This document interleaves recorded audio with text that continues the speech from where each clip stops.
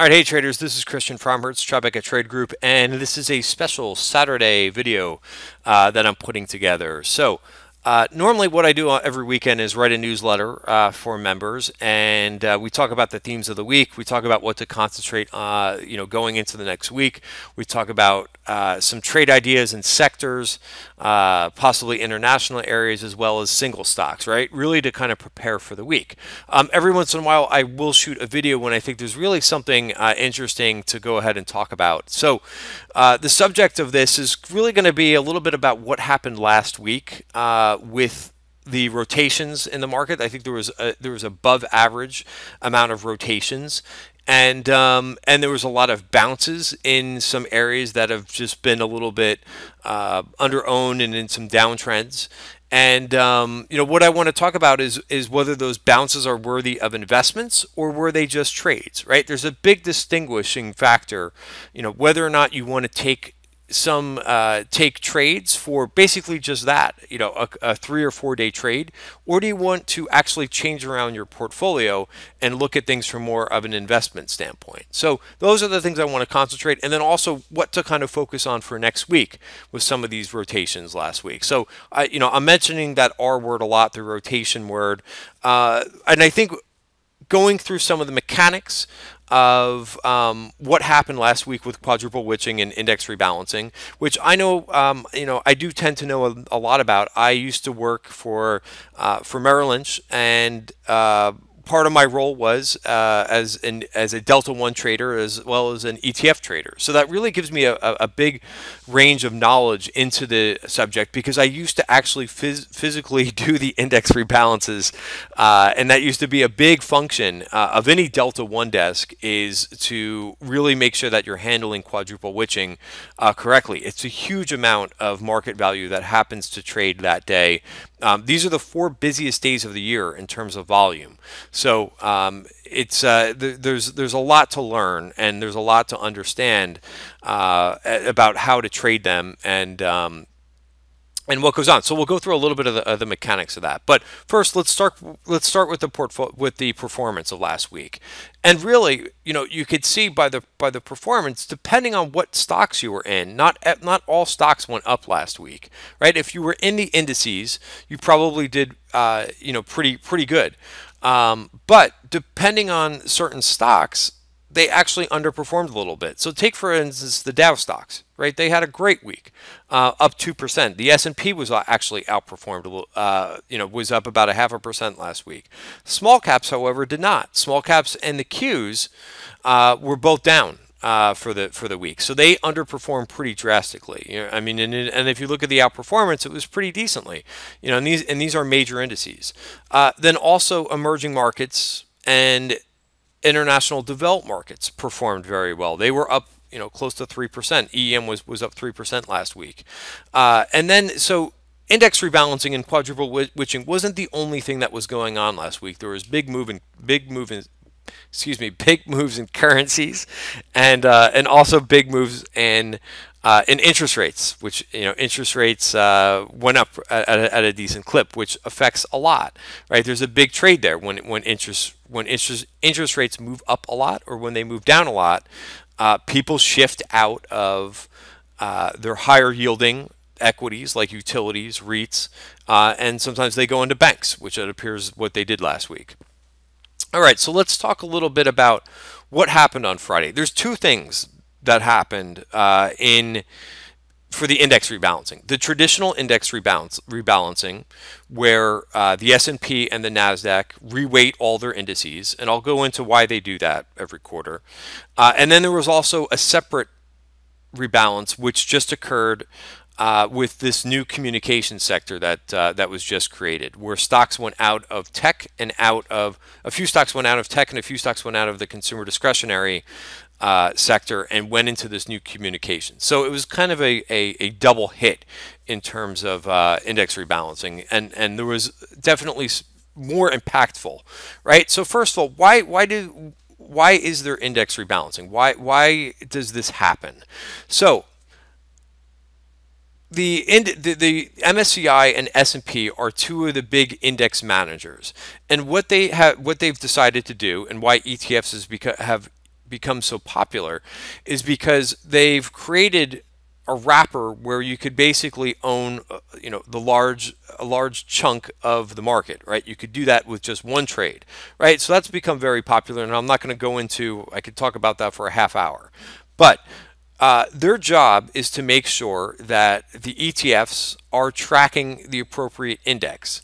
So, and I'll bring up just quickly the S&P, and you could see, so this is not reflected of the changes yet, but basically the S&P and most of the S&P indices, except for some of the sectors that they have, the select sectors, are market cap weighted. The select sector indices are equally weighted, meaning every name gets exactly the same weight, right? The S&P is market cap weighting, so meaning the larger the company is by market cap, right? Price times the outstanding shares, the bigger weight they're going to be, right? So Apple, Microsoft, Amazon, you could see these are the biggest weights, right? So they strike these shares once a quarter, right? They do this in March, June, September, and December, right? So they figure out like this is what the index, how it should be weighted based on market cap.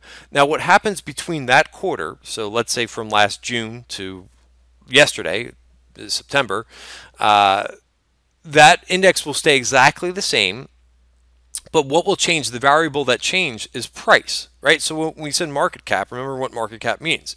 It's the size, and what changes is the price.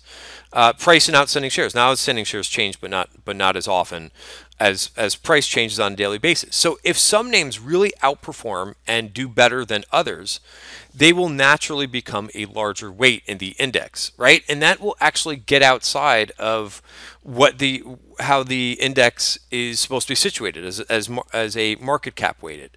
So as those prices change all quarter long and certain names become larger weights, once you get to that rebalance date, which was yesterday, the 21st, what has to happen is those names that have naturally gotten bigger in the index because the price has gotten higher, they have to actually reduce the position so that it goes back to the correct benchmark weight. So what does that mean? Well, the winners have to be sold, and the losers, the ones that have underperformed, because their price has gone down relative to everyone else, now their size is still around the same, so they will actually have to put more shares in there. So the bigger the more the assets, the larger amount of assets that track the particular index via these ETFs, the bigger trade that has to occur, right? So it's not that big of a deal if nobody tracks the index, right? There's not that much of a trade, but all these assets that are benchmarked to the S&P will have to follow what happens there. And same thing, the S. So if we actually bring up SPY and show you how big it is, it's quite large, right? So the market cap is $281 billion are tracking just this one ETF, right? So all of those assets that are tracking have to, they own the basket, they own the underlying basket of the ETF, and that has to actually change correspondingly to how the weights change. All right, so that's a lot, right? That's a lot to go over in a few minutes. How long have I been talking? 8 minutes. All right, so that is basically why you saw some things like, so we'll go to the top weight, right? And you could see Apple. Let's minimize this. Look at the volume that happened, right? That's huge volume. That's the most volume that's occurred in a couple years, or a year and a half, I should say, right? Here's the biggest volume, right? And you could see that this happens a lot of the times is June. Here's the June rebalance, right? It's a lot, right? It's a lot of volume that happens. And the bigger and bigger these ETFs get, the more assets that are tracking them, and the more that this shuffling has to take place on quadruple witching, right? So, and if you bring up, so I talked about this yesterday. I put together a couple charts, and here's just a couple examples, right? But here was Apple on the close. All of that volume that was on the daily bar, look at how much occurred on the close, right? And same thing if I close this, if we look at a couple other names, right? If we look at Amazon, look at the amount of Amazon. So a lot of times they'll print this big block after the close because people don't want to show you what they're doing throughout the market. But clearly there was some heavy selling pressure because of this rebalance.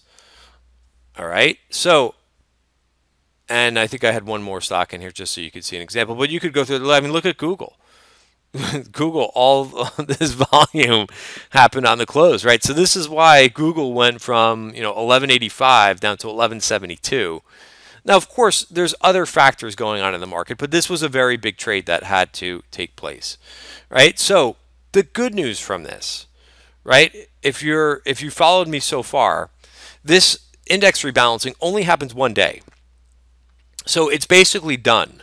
So you may start to see a reversion trade. Once that's changed, which the changes have taken place, the event is over, right? So, everybody's saying, and this is why I'm shooting this video, is because, people are now talking about shorting, technology. I saw this on one of the financial shows on Friday.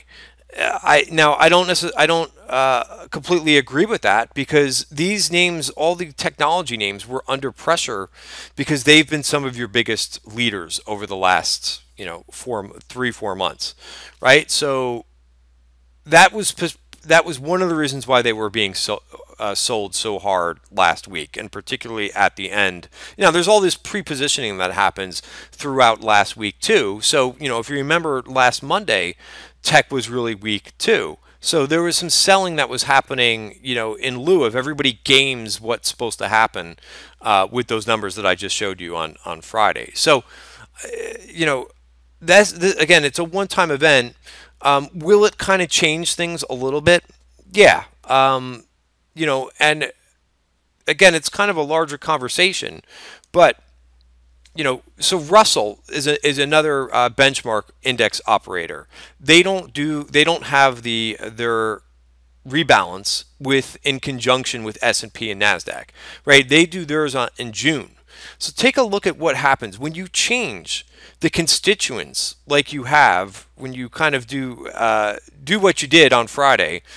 You're taking the names that were on the top of the leaderboard and you're putting them back with everybody else, right? So if you look at a chart of IWM versus SPY, right, the best way to see this, because again, the function, how an ETF or an index operates, right? And I know that some technical analysts, I've had some arguments with technical analysts on Twitter about this, who are just, who will basically chart an ETF, whether it's a sector ETF or it's a straight up index ETF, and they'll chart it over the years, and they'll look at support and resistance levels, and not realizing that the performance is driven off the components, right? It is one thing. An ETF is one thing, and it has its own security price, but it's driven off the sum of the parts. It's driven off what is in the ETF. So if you change the components around in the ETF, and you do this every quarter, or if you change the whole methodology, really those lines that you're looking at from 10 years ago, I would argue, are based on securities that may or may not even be in the ETF anymore. So, I know that may blow the minds of technical analysts, but you're not looking at the same basket of stock over a year. You're not necessarily comparing apples to apples, and you're now comparing a little bit of apples to oranges, because those constituents have changed significantly over the years. So, one of the examples is SMH, semis, right? People look at semis from back in 2000 and they're like, oh yeah, we may be coming up against resistance from the year 2000. But if you look at what was if you have the ability to go back and look to see what the constituents were of the SMH ETF back in 2000, many of them are not even in the current SMH. So you have to ask yourself, is that relevant? So that's something that I try to bring up a lot when people go back that far in time and look at what was actually in the ETF. So it's an interesting conversation to have. But I will tell you this. So does it impact performance when you change around the components? Take a look at IWM versus S&P. Small caps. Now, again, there's other things going on here, so this doesn't operate in a vacuum. But do you think it's a coincidence that the outperformance of small caps versus the S&P, right? So this is a chart of IWM in the numerator, SPY in the denominator. Do you think it's a coincidence that that small caps stopped outperforming on the exact rebalance date of the Russell when they change all around all the constituents in the IWM? Do you think that's a coincidence? I don't think so. So you're basically changing it around. I could give you a quick analogy. It's tough to think of an analogy out of finance to kind of give you a sense, but rebalancing is almost like what happens in sports. And I always like to come up with analogies that you can that are similar in sports and in trading or finance.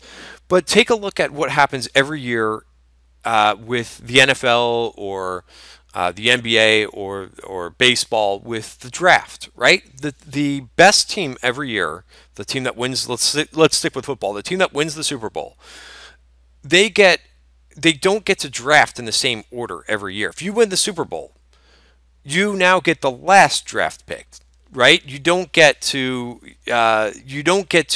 basically pick first. And it doesn't change randomly, right? So it's almost like there's a little bit of assistance, right, to kind of level the playing field. And now there's certain teams that manage to kind of buck the system, right? I like to talk about Bill Belichick because I think he's a great coach. I'm a Giants fan, but I do like to give recognition to the Patriots for winning so many Super Bowls because they buck the system, right? They have a way to kind of figure out. So the reason why I'm going this deep into this analogy is because you can make adjustments too, right? You don't have to do exactly what the indices are doing. You could front run a little bit. You could change your portfolio around if you know that these things are going to be sold or have been sold a little bit too much. You can make some changes. But yeah, the Patriots, they will do their own thing, and even though they're picking almost, if they're not winning the Super Bowl, they've made the playoffs, in the last 10 years and are picking to the bottom. So it's kind of like what the indexes are doing every quarter. They are not letting those winners continue to be the top weights in the indices. They are knocking them down, right? So here, I think there was an impact. What I'm getting at is when the Russell rebalanced and changed around the small caps, there was a material effect by taking the winners and reshuffling them so that they're no longer the top weights, because now those names that were underperforming, you've put them up to a higher weight and they have more impact. All right, so I hope that helps. And this is one of those things that I am not a big fan. I'm more of a trend trader, right? So every time trend traders stick with winners, right? They let their winners ride. They stick with the trend for as long as it is, right? They don't sell winners. They sell losers, and they let the winners ride, right? So this is my major problem with ETFs, which I love the product of ETFs, but I wish that the ETFs would not do this practice every quarter. Maybe they could do something else. But by selling the winners every quarter and buying the losers, you're dramatically changing the results of the product. All right, so that's the one thing that happened last week. And I think it's good to understand the mechanics of this. I think especially if you're a single stock trader and you're not paying attention to this stuff, you probably felt it a little bit on Friday, right? I think a lot of people have been overweight tech, and if you're not rolling with what some of these indices are doing, you got caught on Friday a little bit, or even last week a little bit, depending on what names you held, right? So like I said, there are adjustments that you can make, even though you may not be an index trader or an ETF, or you invest in a lot of ETFs. Knowing what they're doing can actually help your returns a little bit. All right, so that wasn't the only thing that was going on last week. As I mentioned, there was a lot of moves in currencies, and interest rates, that also further impacted, some of the sectors that did very well last week. And you could see, by the way, I mean, look at the move. And if one way to look at this too is in terms of value and growth.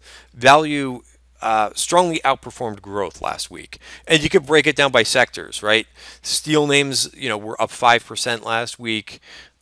Banks, you could see materials. These have been your underperformers this year, right? They have outperformed. And then things that have really did particularly well, like tech, internet stocks, they were down decently last week. All right. So what I want to talk next about is trades versus investments. And so I think some of these things can bounce next week. Names like Amazon. I don't think now is the time. Now that we know, right? I always go back to what we know and what we don't know. We know that selling pressure is not going to, that same selling pressure, unless it's different sellers that come to the market and sell Amazon, Netflix, Apple. I would not expect the same selling pressure like you saw Monday and Friday of last week.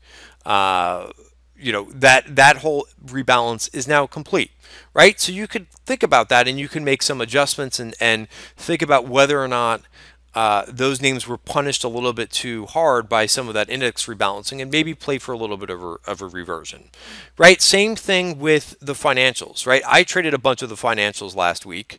I don't, Thinkorswim is not working today, so I cannot bring that up.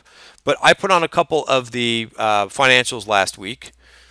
And I think what you could, some of the mental exercises that you can go with here are do you think interest rates are going to stay elevated? If you think interest rates like TLT is going to continue to go down, and interest rates are going to continue to go up on the long end of the curve, financials might be a place for you to go into. For me, I just thought they could possibly bounce. I was in a couple trades. I was in JP Morgan last week, and I was in KeyBank as well. I thought that name was pretty depressed. I know that's a Tepper name, and I thought it was good for a bounce. I am out of both of those trades. I played those for a bounce. Financials could go up further, but you have to ask yourself, do you want to be in those trades for more than a bounce, right? Are those going to be, is that going to be the new leadership for the rest of the year? Financials or steel names, or some of the names that really had not performed well until last week. And I don't know. I don't have the answer to that question, but I don't think I completely want to shift my portfolio to financials, because I do have fundamental reasons why I still like tech, and I think some internet names will continue to be the leaders. Also, the other thing that I wanted to cover is people have been asking for these names to sell off a little bit. Then when it happens, everybody thinks, "Oh my God, they could be breaking down." Take it for what it is. There's a little bit of a dip in these names. All right, so let me bring up Amazon. And you have an opportunity, right? You have a little bit of this artificial event that happened on Friday to push down some of these names. That is not going to happen again for another quarter. Right? So, I think it's a pretty good opportunity. I don't think it's a place. Now, where would I be wrong? So, sorry, I don't have, like I said, Thinkorswim is where I have all my charts and value areas, but Thinkorswim is doing some maintenance. But if it breaks, so like anything else, you give things a shot, a trade, and against the level to trade against. For me, Amazon along versus the 50-day moving average is as simple as it gets. And same thing with a number of other areas. As long as you're trading against a level, it's like any trade, right? You're giving something a shot to do, but you have to define your risk. So I think, this makes a lot of sense to me. I think other names, like I talked a little bit about in the newsletter, international is going to be a big area to watch next week, right? ACWX, which is all of international. This has been the second bounce that it's had. But where are you going to define your risk if you're going to take a shot on international right now?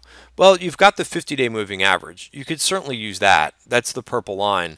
But these are still in downtrends, right? So for me, I think Japan looks interesting right now. The DXJ, HEWJ, Japan securities without the FX happening is, I think, a pretty good area to get into because they've gotten above the 200-day moving average, and you could use that as your stop, right? So giving things shots, taking shots and taking trades. Is what we do. And as long as you have a defined level of support, if it doesn't work, where you can get out comfortably without a big loss, that's trade management, right? And that's what we want to be doing. All right, so I think I'm going to stop the video here because I think we've talked enough. 25 minutes, that's a lot. So the rest of my newsletter that we give out to members every weekend. We'll have single names, which I'm not going to go into because this is a free video, but we got a lot of trade ideas for this week coming up. So thanks for watching the video. I hope it helps. This is something that I think, I could really add a lot of depth into. So I hope you enjoyed the video and got a sense of what happens every quarter with index rebalancing. Thanks very much for watching, and have a great weekend.